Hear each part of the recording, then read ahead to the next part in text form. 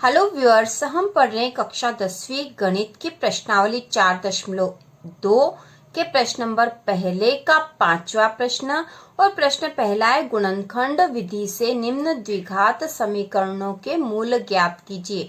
तो यहाँ जो द्विघात समीकरण दे रखी है उसके मूल हमें ज्ञात करने हैं।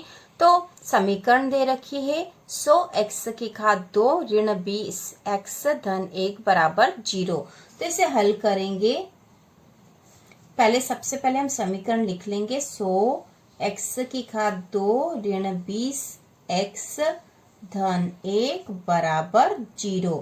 तो द्विघात समीकरण के मूल ज्ञात करने की जो विधि है उसी विधि से हम इसे करेंगे।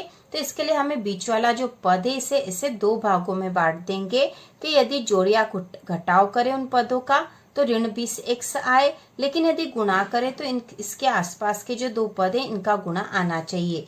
इसका मतलब है कि हमें ऋण 20x, क्योंकि बीच वाला पद है, इसे ऐसे दो भागों में बांटना है कि यदि हम जोड़ या घटाव करें, इन दो भागों में जो संख्या आएगी उनका जोड़ या घटाव करें तो बीच वाला पद मतलब ऋण 20x ही मिलना चाहिए। लेकिन यदि हम इन दो भागों का यदि गुणा करते हैं तो इसके जो दोनों पद है आसपास वाले मतलब 100x की घात 2 गुणा 1, इन दोनों का गुणा आना चाहिए, मतलब 100x की घात 2 आना चाहिए। उन दो पदों का गुणा और जोड़ या घटाव करने पे ऋण 20x आना चाहिए। तो ऐसे दो पद कौन से हो सकते हैं हमें सोच के करना पड़ेगा कि जोड़ या घटाव करने पे 20 आ जाए। तो 10 और 10 20 होता है, ठीक है, और 10 का 10 में गुणा करेंगे तो 100 भी आ जाता है।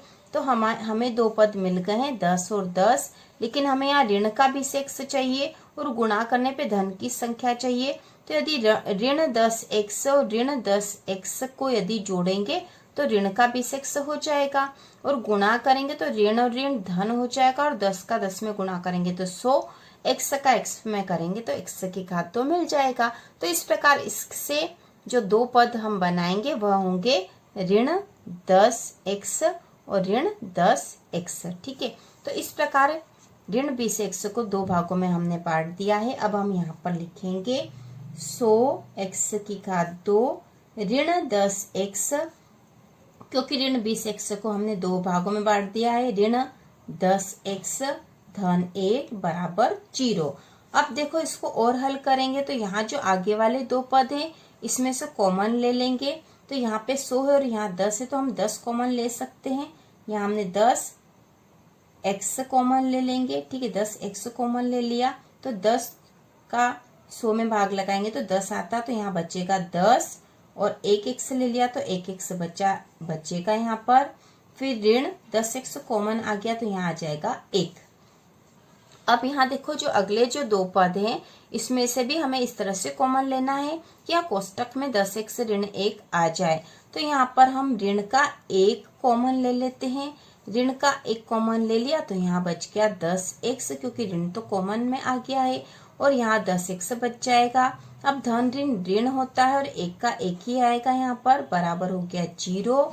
तो इस प्रकार हमारे पास दो पद मिल जाएंगे, एक पद 10x ऋण 1, 10x ऋण का 1, ये हो गया। दूसरा हो जाएगा जो हमने कोष्टक में लिखा हुआ 10x ऋण 1 बराबर 0। इसे और हल करेंगे तो 10x ऋण 1 बराबर 0 और 10x ऋण 1 बराबर 0, ये दोनों पद 0 के बराबर हो जाएंगे। अब इसको और हल करेंगे तो 10x बराबर 1, ऋण का 1 बराबर के इधर गया तो धन का हो गया और x बराबर हो जाएगा 1/10।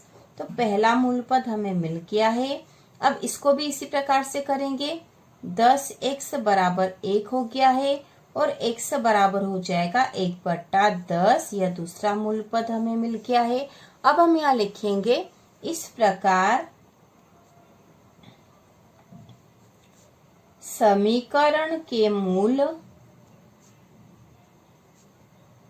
इस प्रकार समीकरण के मूल x बराबर 1/10, x बराबर 1/10 है और यही इसका आंसर हो जाएगा 1/10, 1/10।